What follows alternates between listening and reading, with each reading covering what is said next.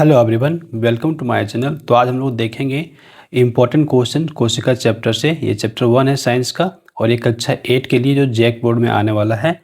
तो जो भी क्वेश्चंस होंगे ना बहुत ज़्यादा इंपॉर्टेंट हैं, तो इसको आप ज़रूर से ज़रूर देख लीजिएगा और पूरा वीडियो को देखेगा। 20 क्वेश्चंस को आपको पूरा कर लेना है। ये बहुत ज़्यादा इंपॉर्टेंट होने वाले हैं, ठीक है। तो चैनल को लाइक कर लीजिएगा, सब्सक्राइब कर लीजिएगा क्वेश्चन पे। तो पहला क्वेश्चन हमारे पास क्या कहा गया है, यहाँ पे हम लोगों से कहा गया है कि सजीवों, ठीक है, सजीवों के शरीर की सबसे छोटी रचनात्मक और क्रियात्मक इकाई क्या है। तो ये सबसे बेसिक सा क्वेश्चन है। यहाँ पे 4 हमारे पास ऑप्शन आ रहे हैं और हमारा सही उत्तर है ये हमारा पहला बी नंबर का होगा कोशिका। यानी कि किसी भी सजीव का जो सबसे छोटा रचनात्मक इकाई है उसको कोशिका कहते हैं। ये कोशिका का अपना डेफिनेशन भी हुआ है। अब दूसरा जो क्वेश्चन है कहता है सर्वप्रथम कोशिका की खोज किसने की। तो यहाँ पे हमारे पास 4 ऑप्शन फिर से दिए हुए हैं और जो हमारा सही उत्तर है ये हमारा है रॉबर्ट हुक। आपको यहाँ पे ये ध्यान रखना है कि रॉबर्ट हुक ने जो कोशिका देखा था ना वो कैसा था, वो हमारा मृत कोशिका था। 1665 ईस्वी में देखा गया था। हम दूसरा क्वेश्चन देखिए क्या लिए हैं, सर्वप्रथम जीवित कोशिका की खोज किसने की। जो कोशिका की खोज तो हुई थी लेकिन वो हमारा वहाँ पे मृत कोशिका थी, ठीक है। तो जीवित कोशिका की जब बात आती है तो जीवित कोशिका की खोज सबसे पहले किसने की थी, एंटोनी वान लीवेनहॉक। ये आपको ध्यान रखना है, ठीक है। और सबसे इंटरेस्टिंग बात क्या जानते हैं ना, एंटोनी लीवेनहॉक ने यहाँ पे 1674 ईस्वी में अपने ही द्वारा बना सूक्ष्मदर्शी के द्वारा ये जीवित कोशिका को देखा था। किस तरह के कोशिकाओं को देखा गया था, तो स्पायरोगारा, बैक्टीरिया और प्रोटोजोआ, इस तरह के कोशिकाओं को इन्होंने देखा था।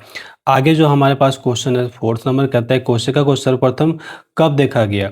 देखिए सर्वप्रथम कब देखा गया, तो यहाँ पे आपको सही उत्तर लेना है 1665 ईस्वी में, जो कि रॉबर्ट हुक ने देखा था। वो हमारा मृत कोशिका था, ठीक। अगला हमारे पास 5वां क्वेश्चन है। यहाँ पे क्या कहेगा, कोशिका के केंद्र की खोज किसने की।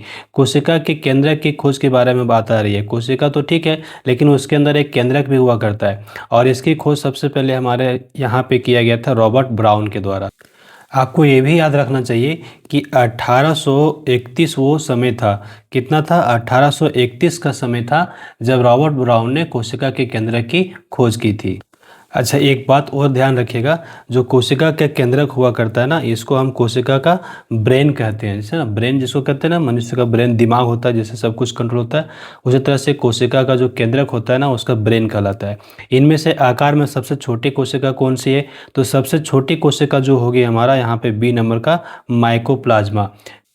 इसमें हमको ध्यान ये रखना है कि जो इसका आकार होता है बहुत ही छोटा होता है, 0.1 से लेकर के 0.3 माइक्रोमीटर के बीच में हुआ करता है, ठीक है। ये आपको डेटा याद रखना है, 0.1 से लेकर 0.3 माइक्रोमीटर। अच्छा इसमें एक चीज़ और याद ध्यान रखिएगा, इसको हम लोग ना शॉर्ट में क्या कहते हैं,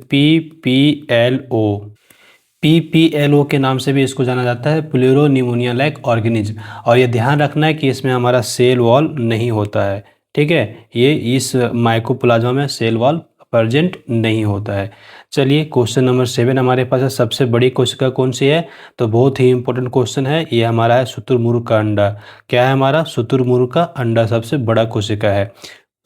अब ये एक सिंगल कोशिका होता है, केवल एक ही कोशिका होता है और इसमें आपको ये ध्यान रख लेना है कि 15 से लेकर के 18 सेंटीमीटर तक इसका साइज हो सकता है। आप यूँ समझ सकते हैं कि 6 से 7 इंच, ठीक है, 6 से 7 इंच तक का इसका साइज होता है, किसका, शुतुरमुर्ग का अंडा। ओके, तो ये सबसे बड़ा कोशिका का उदाहरण हुआ।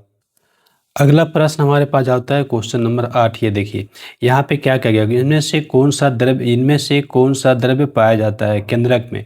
केंद्रक में कौन सा द्रव्य पाया जाता है, तो हमारे 4 ऑप्शन में सही उत्तर हो रहा है केंद्रक द्रव्य। और जो 9वां क्वेश्चन है, जंतु कोशिका में क्या अनुपस्थित होता है। तो जंतु कोशिका में क्या नहीं पाया जाता है। देखिए जंतु कोशिका और पादप कोशिका में बहुत सारे अंतर हुआ करते हैं, लेकिन यहाँ पे ऑप्शन के अकॉर्डिंग अगर आप देखिएगा तो हमारा सही उत्तर हो जाएगा कोशिका भित्ति। कोशिका भित्ति नहीं पाया जाता है। क्लोरोप्लास्ट किस में पाया जाता है, तो क्लोरोप्लास्ट का क्या काम है, ये ध्यान रखिए। क्लोरोप्लास्ट जो है ना उसको कोशिका का रसोई घर कहा जाता है, यानी प्रकाश संश्लेषण द्वारा पौधों में भोजन बनाने का काम करता है। तो ये पादप कोशिका में पाया जाएगा, ठीक है।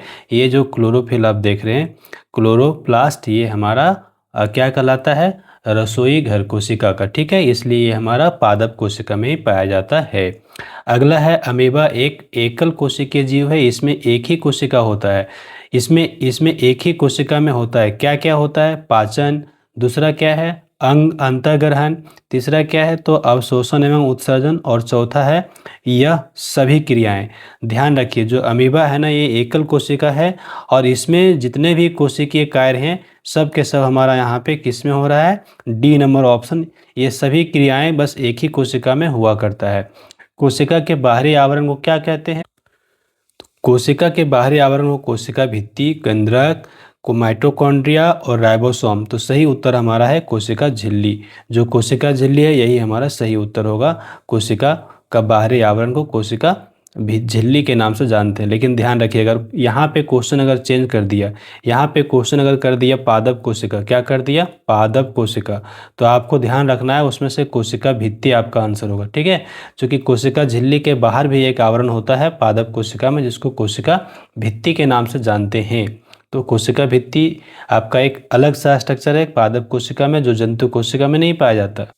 अब प्रश्न है 13वां, कोशिका झिल्ली एवं केंद्र के बीच के भाग में से सभी कोशिकांग रहते हैं। कोशिका झिल्ली में, कोशिका द्रव्य में, केंद्रक में, तो यहाँ पे देखिए केंद्रिका में, कोशिका द्रव्य में। यहाँ पे ये ध्यान रखना है कि कोशिका झिल्ली जो आपका है और केंद्रक है इसके बीच जो लिक्विड भरा पड़ता है उसको हम लोग कोशिका द्रव्य कहते हैं। तो जो द्रव्य भरा पड़ा होता है उस द्रव्य का नाम क्या है, कोशिका द्रव्य, और उसी में हमारे सारे कोशिकांग पाए जाते हैं। तो हमारा आंसर यहाँ पे बी नंबर होगा कोशिका द्रव्य। अब देखिए 14वां क्वेश्चन क्या कहा गया है, सूक्ष्म जीवों एवं कोशिकाओं को देखने के लिए उपयोगी विशेष यंत्र क्या है। तो सूक्ष्मदर्शी, पेरिस्कोप और टेलीस्कोप और लास्ट में चश्मा। तो हमारा सही उत्तर यहाँ पे क्या हो जाएगा, हमारा सही उत्तर हो जाएगा यहाँ पे सूक्ष्मदर्शी। सूक्ष्मदर्शी ही है जिसके हेल्प से हम कोशिका को देख सकते हैं। 15वां क्वेश्चन है, कोशिका का ऊर्जा गिरह किसे कहा जाता है। तो देखिए यहाँ पे 4 ऑप्शन हमारे पास है, चारों का अपना अलग अलग काम है। तो यहाँ पे जो हमारा ध्यान रखने वाली बात है, माइटोकॉन्ड्रिया जो है ना वो ऊर्जा गिरह है। तो राइबोसोम क्या है, राइबोसोम जो हमारा है ये क्या करता है, ये देखिए ये प्रोटीन का फैक्ट्री है, प्रोटीन को बनाने का काम करता है। रसधानी क्या करता है, तो रसधानी जो है ना वो चीज़ों को, अलग अलग पदार्थों को, जैसे जल हो गया और आपका जो है भोजन हो गया, अपशिष्ट पदार्थ, सभी को ये स्टोर करने का काम करता है। कौन, रसधानी। और हरित लवक की बात करें तो मैंने बता दिया था कि हरित लवक जो होता है वो आपका हेल्प करता है भोजन बनाने में प्लांट्स को। ठीक है, तो सबका अपना अपना कार्य होता है। तो यहाँ पे हमारा जो सही उत्तर है, ऊर्जा गिरह किसे कहते हैं, जिससे कोशिका को ऊर्जा मिलता है, वो हमारा सही उत्तर है यहाँ पे माइटोकॉन्ड्रिया।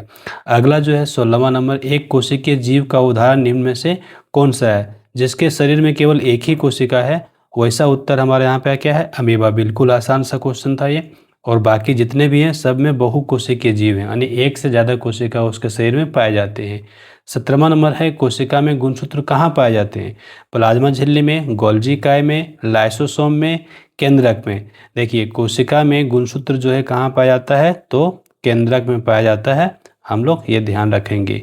ठीक है, अगला है कि जो हमारा क्वेश्चन नंबर 18 है, इसमें देखिए क्या कहता है, समान कोशिकाओं का समूह जो एक विशिष्ट अंग का निर्माण करता है उसको अंग कहते हैं, कि अंग तंत्र कहते हैं, कि ऊतक कहते हैं, कि कोशिका कहते हैं, क्या कहते हैं।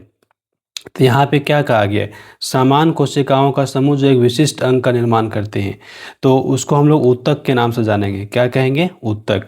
तो हमारा उत्तर भी यहाँ पे ऊतक ही है। अगला जो हमारा क्वेश्चन 19वां है, क्या कहता है, कोशिका की आत्महत्या की थैली किसे कहते हैं। कोशिका की आत्महत्या की थैली कहने का मतलब क्या हुआ कि अगर वो फट जाता है तो कोशिका मृत हो जाता है। ठीक है, अब हमारे पास 4 ऑप्शन यहाँ पे आ रहे हैं। तो हमारा सही उत्तर यहाँ पे होगा लाइसोसोम। लाइसोसोम जो होता है वो हमारा कोशिका का आत्महत्या की थैली कहलाता है। राइबोसोम को तो मैंने बता दिया था, राइबोसोम क्या है, तो प्रोटीन बनाने का काम कर रहा होता है। और माइटोकॉन्ड्रिया ऊर्जा गिरह पावर देता है। और केंद्रक क्या है, तो कोशिका का मस्तिष्क है, ब्रेन जिसको कहते हैं ना, वो कोशिका का ब्रेन, मस्तिष्क क्या है, केंद्रक है। अब लास्ट प्रश्न हम देखेंगे, कोशिका का प्रोटीन फैक्ट्री किसे कहते हैं। तो अभी हमने यहाँ पे बताया है कि कोशिका का प्रोटीन फैक्ट्री किसको कहते हैं, राइबोसोम को कहते हैं। ठीक है, तो हमने यहाँ पे 20 क्वेश्चंस को देख लिया। तो ये बहुत इंपॉर्टेंट थे, इसको आप जरूर से रिमाइंड कर लीजिएगा। ठीक है, तो thanks for watching, have a glorious day ahead, like this video, share with others and do subscribe my YouTube channel.